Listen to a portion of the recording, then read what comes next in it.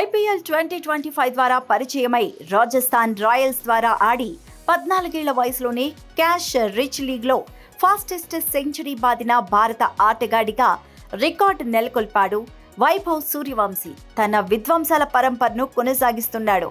IPL సంచలన ప్రదర్శనలు 7 మ్యాచ్లో 206.56 స్ట్రైక్ రేట్తో సెంచరీ, హాఫ్ సెంచరీ సాయంతో 252 పరుగులు. అనంతరం ఎన్సీఏలో జరిగిన ఓ ప్రాక్టీస్ మ్యాచ్లో 90 బంతుల్లోనే 190 పరుగులు చేసిన వైభవ్ జూన్ 27 ఇంగ్లాండ్ అండర్-19 జట్టుతో జరుగుతున్న తొలి వన్డేలో మరోసారి చెలరేగిపోయాడు. భారత్ తరఫున 19 బంతుల్లో 3 ఫోర్లు, 5 సిక్సర్స్ సాయంతో 48 పరుగులు చేశాడు.